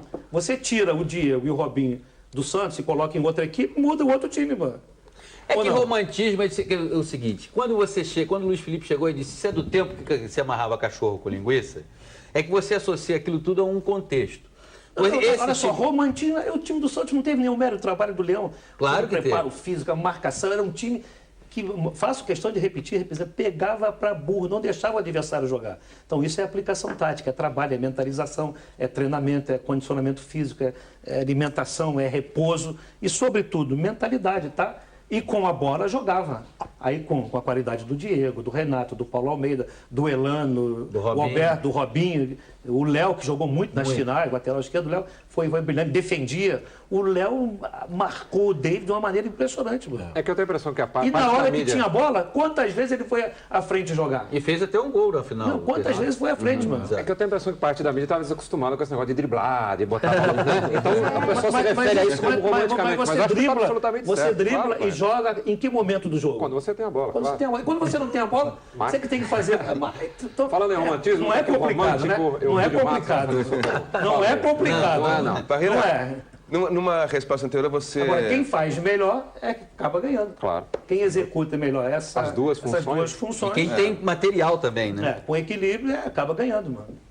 Numa resposta anterior, você citou aí a Copa de 70. E eu queria juntar isso com a sua formação como treinador. Que influência que teve João Saldanha, Zagallo nessa sua formação? O que você tirou de um, tirou de outro? Eu trabalhei muito pouco com o João. Sob o lado técnico, pouca coisa, que o João não era um técnico de futebol. O João era um excepcional e talvez o melhor comentarista esportivo. Eu nunca vi ninguém com tanto poder, com tanto poder de comunicação como o João. É impressionante. Onde ele chegava, ele tomava conta. Se fosse num auditório para crianças, fosse numa escola de samba, fosse no presídio, no botequim, na televisão, onde ele chegava, ele tomava conta que ele tinha um poder de comunicação impressionante, facilidade para falar de uma maneira simples, e todo mundo fazia entender. Até as mentiras dele a gente acreditava. O poder da comunicação do João, impressionante. E com o Zagallo e com o Evaristo, a parte técnica do futebol, a parte tática, realmente os conceitos táticos. Agora, Parreira, a gente ainda vai falar aqui muito tempo de seleção brasileira, então vou dar um respiro aqui, uma folga. Eu fico muito curiosa para imaginar como você era esse menino que jogava bola lá em Padre Miguel. Que posição você jogava? Como você era? Você era um jogador A Soninha está acreditando que o Parreira jogou? Você era o magrelinho ágil? Não, era o forte. Eu jogava no gol, era goleiro, eu jogava. Ô, Cajuru. Parreira, pelo amor Na de década de Deus. 50, 60, o Paulo Sábia do Rio de Janeiro, lá em Bangu, em Padre Miguel, o que um garoto de Bangu e Padre Jogava Miguel pelada na rua. Jogava pelada na rua. 2 paralelepípedos. Todo dia. Mas Então você jogou todo dia o dia inteiro e não aprendeu? Não, porque eu não tenho qualidade. Isso aí é genético, não tem jeito. Por isso que ninguém que pode ser cantor se não tiver qualidade, jogador de futebol, mas eu nunca pretendi ser jogador de futebol. Eu não tenho nenhum tipo de frustração. Fui fazer um teste, não passei, nunca fui. Mas foi como goleiro que você já começou a ver o jogo, né? Não, veja bem, não. Eu nunca Tinha nem ideia. Eu nunca pensei em ser técnico de futebol. Eu queria, e eu me sinto muito realizado por isso. Eu acho que toda grande conquista do homem, seja lá em que setor for, ela começa com um sonho. O cara sonha que vai à lua e foi, mano. O homem um dia sonhou que ia voar e voou. Ícaro, tá aí, a mitologia conta, né? Criou aquelas asas de cera, se aproximou do sol, se derreteu, morreu e tal. O homem sonhou que ia voar e hoje, literalmente, voa. Eu acho que todos nós aqui, a gente tem que ter um sonho. Você sonhava com o quê, exatamente? Eu queria ser preparador físico. Eu sonhava em ser campeão do mundo como preparador físico. Como? Quando o Brasil foi campeão em 58, a gente ia para o cinema 10 dias depois para ver aquele canal 100, né? Que é 10 minutinhos, não tinha televisão, mano. Tinha para lá, eu fui lá e vi Paulo Amaral dando treino pro Pelé, pro Garrincha e tal. Aí eu falei, eu quero ser aquilo ali. Quero ser aquilo ali. Então, qual era o caminho? Era estudar. Fazer, naquela ocasião, científica, ir para a escola de educação física. Eram 3 anos e mais 1 ano de especialização em futebol. Foi o que eu fiz. E dei sorte na vida, evidentemente. Fui bem direcionado, fui acolhido por pessoas que acreditaram em mim. Fui trabalhar no exterior, fui preparador físico. E realizei um sonho acalentado. Fui campeão do mundo como preparador físico. Nunca passou pela minha cabeça que eu um dia seria técnico de futebol, mano. Eu fui quase que empurrado. Porque quem não é do meio, quem não foi jogador de futebol profissional, e por isso chamado teórico, tem essa dificuldade quando ele quer vencer esse meio.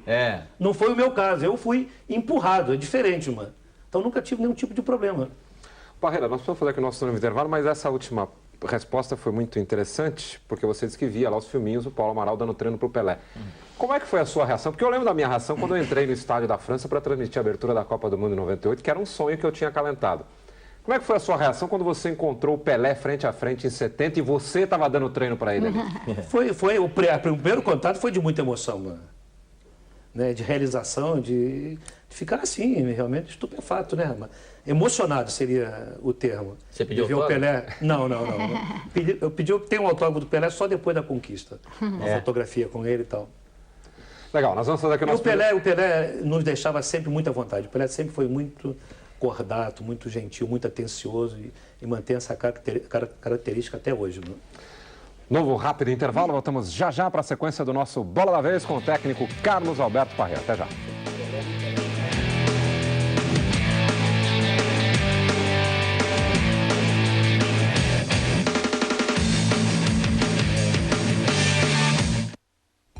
Rapazes, mudem para Mach 3. 3 lâminas para o barbear mais rente em uma única passada. Você vai sentir a diferença. E nós também. Mach 3, da Gillette. E agora, experimente o Gillette Series Arctic Ice Gel de barbear. Um super domingo repleto de atrações ao vivo na ESPN Brasil. Começamos com tênis internacional. Às 10 da manhã, a grande final do torneio de Rotterdam, ao vivo, direto da Holanda. A partir das 15 para 1 da tarde, a bola rola na Europa. E você acompanha o Campeonato Espanhol com Real Sociedad, recebendo o Osasuna, ao vivo, direto de San Sebastián. Às 3 horas, o Sport Center atualiza o fim de semana esportivo com o que rolou de melhor pelo planeta. A partir das 3h30, é a vez do Campeonato Paulista, com o São Paulo de Kaká, decidindo a vaga contra o Santo André, ao vivo, direto do Morumbi. E quando a bola parar de rolar, o Sport Center de domingo faz um balanço completo da rodada, os vestiários, os gols e a classificação dos principais torneios pelo Brasil e o mundo. Com muita análise e comentários exclusivos. Super Domingo, com 10 horas de atrações ao vivo. Só aqui, na ESPN Brasil.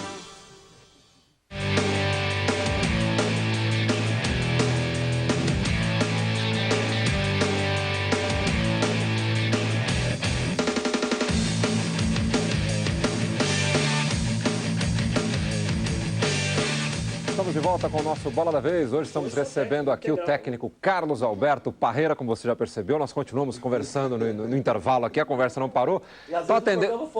É melhor. Estou atendendo pedidos da bancada, Parreira. Conte a sequência da história. Como é que o preparador físico de 70, campeão do mundo, sonho realizado, se transforma em técnico? Eu tive a visão de, naquela ocasião, a Alemanha e a Inglaterra eram os campeões mundiais e vice-campeões. Eu tive a oportunidade de estudar na Alemanha e na Inglaterra. Eu quero ver o que é que os campeões e os vice-campeões, de que maneira que eles trabalham e tudo. Passei 3 meses numa associação de futebol da Alemanha, em Hannover, chamado Basinhausen. Isso antes da Copa de 70? Antes da Copa, não, evidente. Em 68, 69. Fiquei lá 3 meses, acompanhando os treinamentos, vi a seleção alemã treinando, eles estiveram lá treinando para jogar contra a Inglaterra e contra o Brasil. Foi lá que eu conheci o Helmut Schön, aqueles jogadores todos, vi o trabalho como era e fui para a Inglaterra assistir a pré-temporada do Chelsea, que era o campeão europeu na ocasião, e do Tottenham, que tinha como manager o famoso Matt Bubbs, figura legendária do futebol mundial. E fiquei lá durante 2 meses vendo os treinamentos. E fiquei impressionado que eles treinavam de 10 ao meio-dia, faziam um lanche de 1 hora, voltavam às 3 horas, até às 5 e iam embora para casa. Só bola o tempo todo.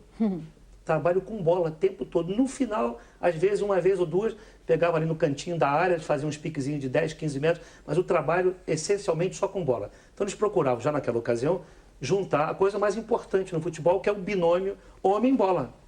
E o treinamento em qualquer atividade, ele é tanto mais válido quanto mais você recriar no treino as situações do jogo. É que eles faziam, um saía da área, o outro lançava, o outro finalizava, corria, cruzavam bola, tabela, passes, tudo em velocidade, 4 contra 3, 5 contra 4, trabalho de defesa, trabalho de ataque, sempre com a presença da bola. Quando eu retornei ao Brasil, exercendo a função de preparador físico, eu comecei, tanto quanto foi possível, colocar a bola no trabalho. Isso foi dando uma ideia de que eu tinha jeito para ser técnico e tal, como não tinha nada a ver. Era só treinamento específico com a bola. E também os slides ajudaram muito. Em 68, a Alemanha jogou contra a Inglaterra. Foi a primeira vitória da Alemanha contra a Inglaterra, jogando em solo, né, alemão. E depois Brasil e Alemanha. Eu fui ver, era convidado da Federação Alemã. E eu queria registrar aqueles 2 momentos, que eram os 2 campeões mundiais, que fizeram a final. E eu coloquei em slide, que eu tenho até hoje e serve como referência. Os alemães jogando, por exemplo, marcando homem a homem com líbero, o Brasil jogando num 4-2-4, naquela ocasião 2-4, ficava um 4 na frente e o Gerson ia, não voltava, ficava só a defesa com o jogador, os alemães na hora de defender, você via todo o time atrás do meio do campo, para mostrar as diferenças. Depois a Inglaterra jogando no 4-4-2, eu tenho tudo isso registrado em fotos. E a gente começou a mostrar e tal, e as pessoas foram achando que isso aí talvez tivesse um pouquinho de uma tendência para amanhã trabalhar como técnico e foram me empurrando. Acho que as pessoas estavam certas, né, Parreira? Nessa tua evolução como técnico, como é que você avalia o Parreira de 83, da primeira passagem pela seleção? Foi um erro estratégico meu. Eu passei 8 anos no mundo árabe e voltei sem nenhum contato com o futebol brasileiro. Então nós chegamos aqui, você passa 8 anos fora, muita coisa muda. Muita mesmo, em termos de jogador, em termos de experiência, de competição. Eu cheguei e saí da seleção do Kuwait direto na seleção brasileira.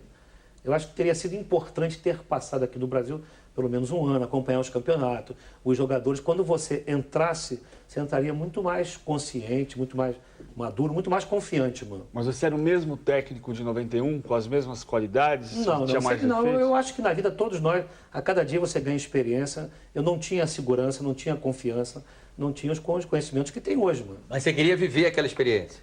Era isso? Foi isso, na verdade? Não é convite que se recusa. Eu não sei, eu fui convidado e tal, aceitei, muito, talvez relutante um pouco, não tinha a mesma confiança. Agora eu fui convidado, aceitei, não tive nenhuma hesitação, nenhum estremecimento, não. Só a gente sabe que a responsabilidade continua sendo muito grande. O time que é bom tem que se tornar ótimo, não é verdade? O muito bom tem que ser ótimo, de ótimo tem que passar para excelente. Existe uma responsabilidade aí, mas não existe nenhuma insegurança naquilo que tem que ser feito. Parreira, as decisões que têm que ser tomadas daqui para frente, mano.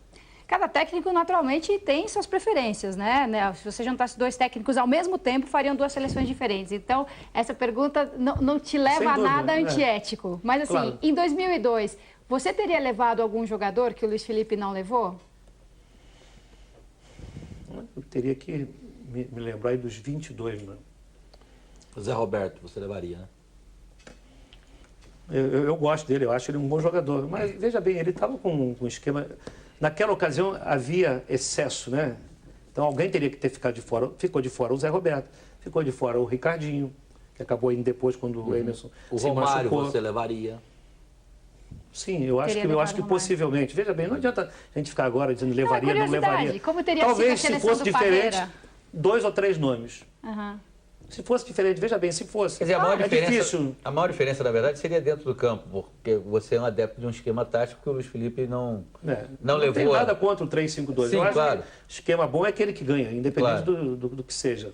Eu prefiro o 4-4-2 e, como você falou aí no início, me sinto muito mais confortável dentro desse esquema.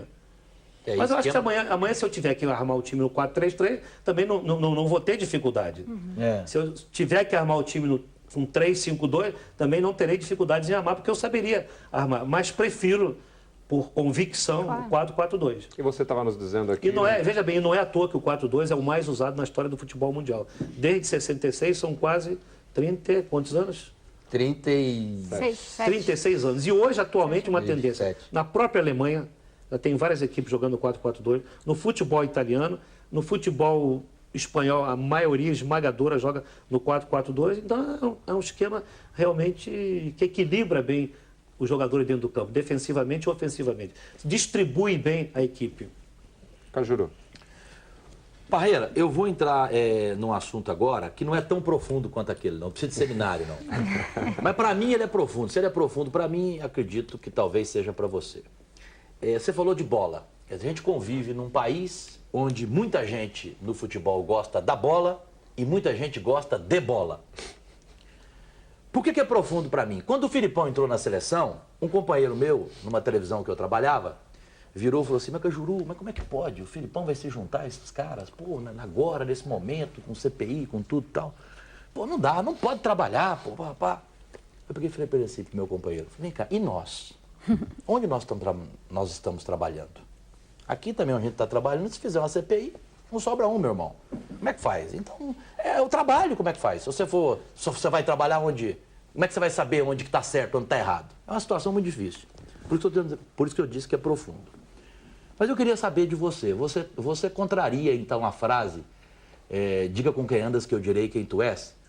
Como é que você convive numa CBF, que agora você está indo lá todo dia à tarde, sabendo você, um homem inteligente como você, de tudo que está errado lá dentro, de tudo que foi provado através de uma CPI, não sei se você leu o relatório da CPI, se você ler você vai ficar assustado, de tudo que foi provado de irregularidades, de coisas horrorosas praticadas nesta administração. Com tudo isso, como é que você convive? Você esquece? Você faz como eu falei com meu companheiro? Vamos trabalhar, cuidar do nosso, fazer o nosso e pronto, acabou? Como é que é isso para você que convive lá diretamente? Eu acho que não pode ser diferente. Nós temos que procurar distribuir bem as coisas. Tem o lado técnico, que é o nosso trabalho, o lado profissional, e o outro lado não é problema nosso, veja bem. Aí tem a justiça, tem as leis que vão se encarregar de provar ou não, quem está certo, quem deve ser punido ou não. Por isso as coisas vão se encaminhando. Nós sabemos do que aconteceu, das coisas que ocorreram, as CPIs, mas veja bem, ninguém até agora foi, de uma maneira clara e definitiva, inequívoca, culpado ou condenado. Os processos estão correndo, não é só para a CBF, fora da CBF, tem muita gente envolvida, as partes estão se defendendo e outras estão acusando. O Ministério Público que vai definir quem tem razão. As provas são irrefutáveis, Parreira. Veja bem, vai haver um julgamento para haver um julgamento para definir se é culpado ou se não é. E nós não desenvolvemos, o Ricardo Teixeira tem tido uma atuação muito boa conosco, muito correto, e nós fazemos o nosso trabalho. O trabalho nosso da comissão técnica é técnico. O que passou, o que está fora, nós não nos envolvemos, não é problema nosso, na verdade não é. Eu não sinto nenhum constrangimento de estar trabalhando na CBF, porque a gente não se envolve. Nosso problema é técnico. É com o jogador, é com a comissão técnica, com os clubes. O problema fora de campo é problema da lei do Ministério Público. Mas de vez em quando não dá assim aquela coisa, porque você foi muito feliz até numa entrevista, você e o Oswaldo de Oliveira falaram isso para mim, que o futebol brasileiro organizado, ele vira NBA. Lembra dessa declaração sua? Ele vira imbatível. Com certeza. Né? Ele vira imbatível. Então você não fica ali constrangido, sabendo que tem tanta coisa errada que podia ficar certa e o nosso futebol ficar do jeito que você sonha, imbatível? Mas está melhorando. Os impeachments estão acontecendo, os calendários, agora o Estatuto do Consumidor, do Torcedor, perdão, que é um consumidor, eu acho que está melhorando. Devagar está melhorando. Impeachment? Não, hoje é impeachment do pessoal do Flamengo, outro não sei de quem e tal. Afastamento do pessoal da Federação Mineira. Federação Mineira, as coisas estão acontecendo. Eu acho que está melhorando e vai se encaminhar para um final que será digno para o nosso futebol. As coisas hoje não estão acontecendo de uma maneira impune, como ocorriam anteriormente. Mano. Parreira, é inevitável, e isso vai ser assim ao longo do seu trabalho agora na seleção, a comparação sempre com o 94, um trabalho bem sucedido e tal. E eu disse outro dia no Linha de Passe que eu achava que você dessa vez ia ter menos resistência, principalmente aqui em São Paulo, da mídia de São Paulo, porque em 94 você foi criticado de ponta a ponta, até com a taça na mão você ainda era criticado naquela Copa do Mundo. Você acredita que dessa vez vai ser melhor, até pela sua passagem no Corinthians, o trabalho que você deixou, os títulos que você deixou no Corinthians? A resistência agora vai ser menor? No aspecto, foi importante eu ter vindo aqui para São Paulo e o Corinthians me deu essa oportunidade. E se eu voltei à seleção brasileira foi pelo trabalho feito no Corinthians. Então, tenho que agradecer ao Corinthians essa oportunidade. Já falei anteriormente, quando fui indicado e aceitei o cargo. É claro que as pessoas tiveram a oportunidade de me conhecer melhor, durante uma temporada toda. Com certeza isso vai melhorar bastante. O treinador da seleção brasileira não tem folga, não tem momentos de relaxamento. Ele vai ser sempre cobrado, vai ter sempre cobrança, o torcedor quer resultado, a mídia quer resultado e nós estamos preparados para isso.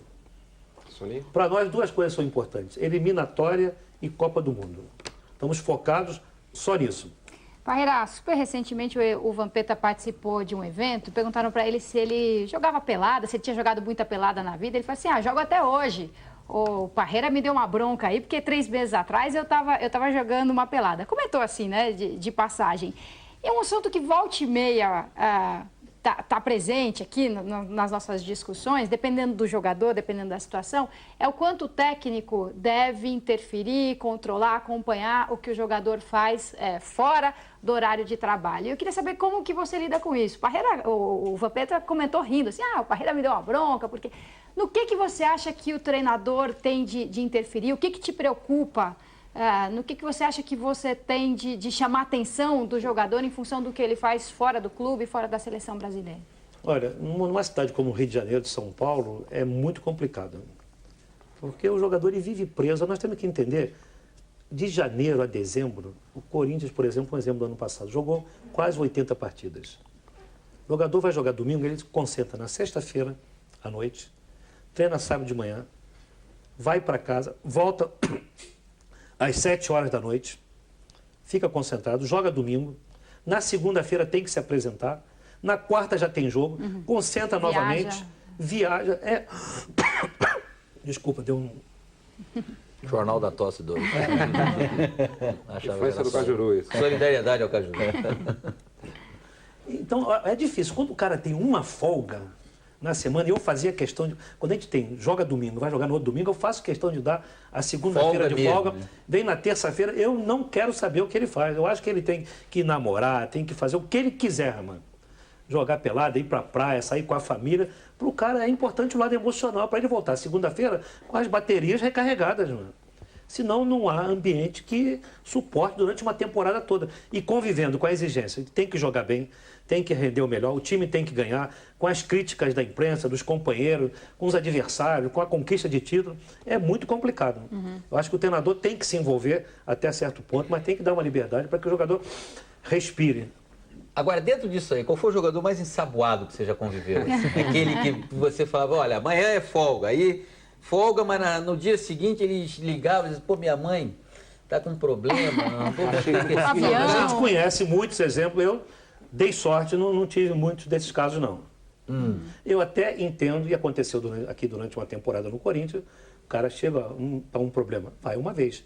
Uma vez o cara vai te enganar, a segunda não vai. A terceira, por princípio, você tem que confiar no ser humano. O cara chega, pede uma folga para você, que vai levar a esposa para fazer um exame médico e tal. Aí vem aquela pergunta, mas será que não tem ninguém na família que leve um pai, um irmão, tal?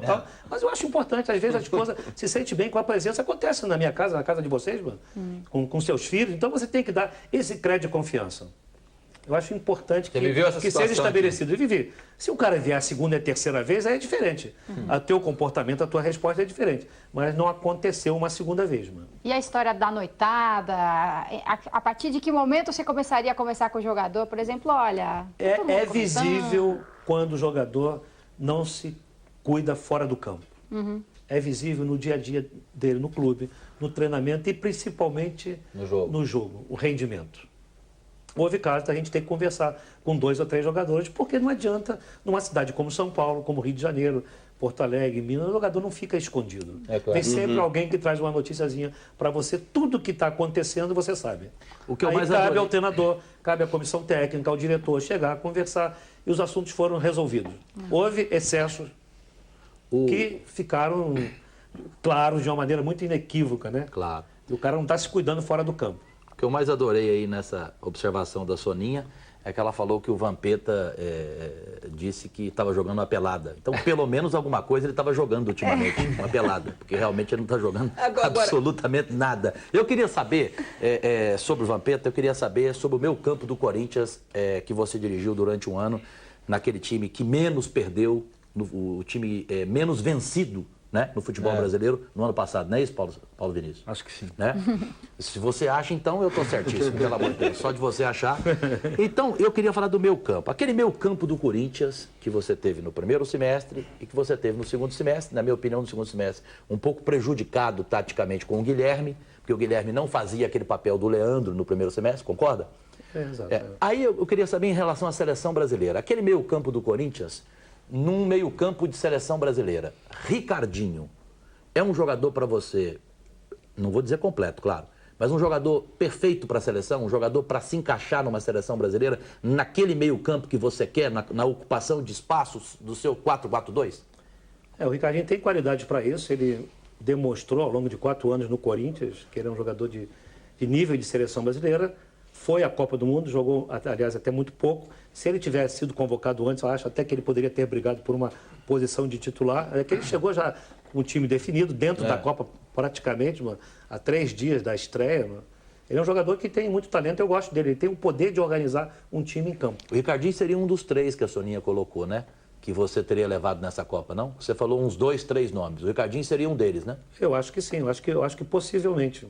Agora, Parreira, pegando carona nessa pergunta do Cajuru, o futebol brasileiro sempre se caracterizou por ter aquilo que na minha época de garoto, da tua época de garoto, definia-se como um maestro de meio campo. Você acha que, por exemplo, o Ricardinho é um candidato a maestro e esse futebol brasileiro de hoje em dia tem muito maestro dentro de campo? Tipo, o Gerson para mim é incomparável, mas algo próximo, algo que você olhe para o espelho e lembre, que você olhe e lembre do Gerson, assim. Você vê assim muito, ou o futebol brasileiro está formado por jogadores de características diferentes, tipo um Kaká que é um meia que pega, arranca, toca. Como é que você vê? Eu não vejo com essa. Eu entendi bem que você falou característica, o jogador que dominava o time. Isso. A sua personalidade, a sua característica. Exatamente. Era ele. O dia que ele não jogava, o time não andava. Exato. Eu acho que mudou um pouco e talvez até seria melhor esse outro conceito. Você tem na seleção, você não depende só de um jogador. Certo. Você tem o Kleberson que está crescendo muito, ele não tem essa característica. Mas joga calado, maestro, por exemplo. Joga calado e tal, chega bem. Mas o importante é ter 3 jogadores como nós temos. A hora que não decide o rival, decide o Ronaldinho, decide o Ronaldo Gaúcho, e os laterais apoiam bastante, ter mobilidade, versatilidade e ter mais alternativas. Você não depende só de um jogador, só de um maestro. O Diego é um pouco aquele velho maestro ou também não? O Diego no time do Santos tem essa função. Tem o Renato que corre, o Paulo Almeida que corre, que chegam também, apoiam, mas o Diego é que dá um sentido de organização. Como dava o Ricardinho no Corinthians durante 3 anos, mano. Eu vi, Matos. Corinthians. O Parreira, por que deu certo no Corinthians? Assim, que condições que lhe foram oferecidas para que você tivesse uma passagem marcante no Corinthians? Que não aconteceu, por exemplo, quando você passou pelo Santos, pelo São Paulo? Diferenças que ocorreram nessas suas passagens? O Santos eu não nem considero, não deve nem... Os Santos foram 6 jogos. O Clodoaldo me chamou para fazer 6 jogos. Eu cheguei na sexta e dirigi o time no sábado. Você foi por amizade ao Clodoaldo? Fui. Não tinha, veja bem, então não tem nem como analisar. Foram 6 jogos, estava fora da classificação. Clodoaldo, Parreira, vem aqui, vê se a gente consegue e tal. E não conseguimos, ficamos próximos, ganhamos 3 e tal. No São Paulo, realmente, o peso do telhado era muito grande. O time estava numa fase de transformação. Disputar um campeonato brasileiro que sempre é complicado e não deu nem para fazer nenhum trabalho, porque o que o Geninho acabou sofrendo um dia, eu sofria lá. O jogador errava um passe, o adversário fazia um gol, burro, porque era normal. O Tele deixou pra você deixou pro Geninho. Foram 5 anos de uma presença muito marcante, só vitórias, e o que é normal. O Corinthians, já comentei em muitas oportunidades, foi uma surpresa agradabilíssima. O Corinthians é, talvez, dos clubes que eu trabalhei, o que dá maiores condições de trabalho ao profissional, aos profissionais. Internamente, foi o clube mais tranquilo que eu trabalhei. Mesmo? A diretoria não se envolve em nada. O Roque Cittadini é maravilhoso, dá todo o apoio aos profissionais. Só pensa para frente, só ajuda. Não é porque o Roque é um profissional, um diretor de futebol excepcional. Tem lá o Edivar que dá todo o apoio. A comissão técnica, de modo geral, são profissionais excelentes. A turma de apoio, o departamento médico, o nível de jogadores, o grupo de jogadores, profissionais corretíssimos, de bom nível técnico. Então, essa estrutura faz com que o profissional chegue e possa desenvolver o trabalho com tranquilidade. Se os resultados aparecem, a coisa flui de uma maneira tranquila. Então, olha, foi uma temporada que eu vou sempre recordar com muito carinho. Então a gente poderia dizer que você é o Tele do Geninho, né? O jogador erra um passe normal. Quando aconteceu aquilo, eu acho normal. Até conversei com ele, liguei para ele, falei, Geninho, no dia seguinte eu estava lá, mesma coisa ocorreu comigo. O jogador errava um passe, Tele. Caramba, o adversário fazia um gol, burro. A diferença é que no São Paulo dizem, a gente falou até sobre isso no ano passado, dizem que até os jogadores se comportavam ali junto com a torcida. Que os jogadores não iam muito com você por ali. Bom, veja bem, não cabe a mim analisar. Agora, o Campeonato Brasileiro é sempre difícil. Você não consegue resultado, não tá ponteando, tal, não está na frente, sempre causa problemas, né? Agora, por exemplo, você está voltando à seleção brasileira e sucedendo um técnico que foi campeão do mundo, mas que tem como característica também, Luiz Felipe Scolari, um temperamento extremamente explosivo. Não é uma pessoa de conter ou de, enfim, abstrair o que incomoda. Você, pelo contrário, é uma pessoa que abstrai o que te incomoda. Agora, mesmo abstraindo o que te incomoda, o que às vezes você ouve, ou já ouviu, ou já leu, ou veio da arquibancada que te incomodou? Que é essa, tipo, essa o cara conseguiu pegar no meu fígado, assim, ou no queixo? Ô, Paulo, não é que eu não queira responder a tua pergunta, não. Não é que a gente seja insensível à crítica. Você não é um Dalai Lama também. Exato, Você não é um Dalai Lama. Eu falei, não é que a gente seja insensível à crítica. Morumbi, Brasil e Equador. Era o clima, né? Veja bem, a gente não pode comparar, eu aprendi, na vida a gente não compara épocas e no esporte também não se compara épocas. Em 94, eram 24 anos sem ganhar a Copa do Mundo. Então isso aí é incomparável, você não tem como você recriar essa situação agora. E parte da imprensa... 24 anos, se não ganha para 28, já pensou o futebol que é conhecido, chamado do melhor futebol do mundo, passar 24 anos sem fazer uma final, podendo chegar a 28 anos, um terço de século. Então essa pressão era realmente uma coisa insuportável. E qual foi uma que pegou no queixo, no fígado? O burro nunca criou problema, isso aí não passava desapercebido. Fora a Parreira? Também não. Não teve uma charge que você não gostou? Parece que teve uma charge que te ofendeu, não foi? Teve uma pesada. Teve uma pesada. Teve uma pesada. Teve uma pesada. Eu lembro, eu fiquei assustado. Teve uma pesada. Te botou com umas orelhas de burro, não foi isso? Não foi essa não. Não, foi pior. Foi muito pior. Muito pior.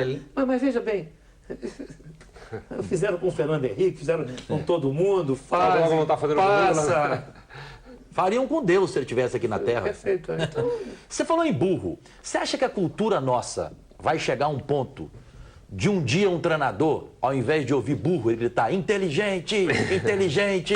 Não vamos chegar nunca a essa cultura? Porque nós não temos a vocação para o elogio. Mas se o brasileiro não tem a vocação para o elogio. É verdade. O brasileiro não tem a vocação para o elogio. Né? E dentro de umas coisas que eu aprendi, daí essa conotação de zen, Dalai Lama do futebol. Não espere aplausos na vida, acabou. Essa é uma filosofia tua. Não espere aplausos, não espero. Então, cara, não espere aplausos. Soninha, para fechar. Quando eu faço palestra de motivação e tal, me convido, eu faço lá, não espere aplauso. Faça o teu trabalho da melhor maneira possível, como você quer, com todo entusiasmo, vocação e tal, mas não espere aplausos, acabou. Reconhecimento. O brasileiro não tem vocação para reconhecer e para elogiar. É o complexo vira-lata que nós Rodrigues falava. Então, Parreira, nessa linha, você falou o o melhor futebol do mundo. 5 títulos mundiais, ninguém tasca, todo mundo longe de nos alcançar. Quando a FIFA anuncia a seleção dos melhores do mundo, muita gente se queixa, é um absurdo, é só o jogador que está na Europa que concorre ao título de melhor do mundo. Nunca vão pensar num jogador aqui do Campeonato Brasileiro. Ao mesmo tempo, a gente vive comparando o nosso campeonato, a gente, digo, torcida, a imprensa em geral. Se compara o nosso campeonato com os outros, parece sempre que os outros são muito melhores. Ou quando alguém diz, ou a sério de brincadeira, porque se o Santos jogasse com o Real Madrid, eu acho que o Santos ia ganhar, o São Paulo tem um elenco, que é o Real Madrid brasileiro, coisa e tal, vira motivo de chacota comparar um time brasileiro com um time europeu. O nosso futebol dos clubes e o nosso campeonato é o melhor do mundo? O campeonato brasileiro é o melhor campeonato do mundo? Numa suposição, numa ilação, a gente não vai conseguir nunca. Traz o Manchester para jogar aqui, traz o Bayern, bota o Real Madrid, vai disputar o brasileiro. Duvido, dificilmente vai bater campeão. Acho que a única comparação seria essa. Lá tem todo o envolvimento da mídia, são super organizados, os estádios estão sempre cheios, campos maravilhosos, mas a qualidade do futebol, o futebol italiano, a gente está vendo na televisão aí, está decepcionando. Futebol espanhol, com exceção do Real Madrid, que tem aquelas estrelas, você olha as partidas também, no aspecto técnico, é decepcionante. E não alcança a Real Sociedade. Traz aí uma equipe dessa, bota aqui no brasileiro, manda disputar para você ver a dificuldade que eles vão ter. Enormes. Barreira, precisamos Mas nós não temos a mesma... você vai jogar em estádios que não são tão bonitos. O entorno nosso é muito ruim. O entorno, o piso, né? O piso, a mídia. Precisamos encerrar. A cobertura da televisão, não é verdade? Para o mundo todo. Barreira, para agradecer muito a sua presença, ter aceito o nosso convite, que você tenha sucesso aí nessa empreitada que está só começando. Obrigado. Agora que eu estava aquecendo. Vamos gravar outra, então. Vamos gravar a segunda edição. Agora que eu estava aquecendo. Agora que você vai começar. Está me soltando? Ele não espera. Então é sinal que foi bom o programa. Foi bom. Ele não espera aplauso, não, mas eu aplaudo por inteiro. Muito obrigado. Obrigado, Barreira. Sucesso no trabalho. Muito obrigado aos companheiros, muito obrigado ao Cajuru, nosso convidado especial. Muito obrigado a você de casa. Dentro de 15 dias, mais uma edição do Bola da Vez. Até lá.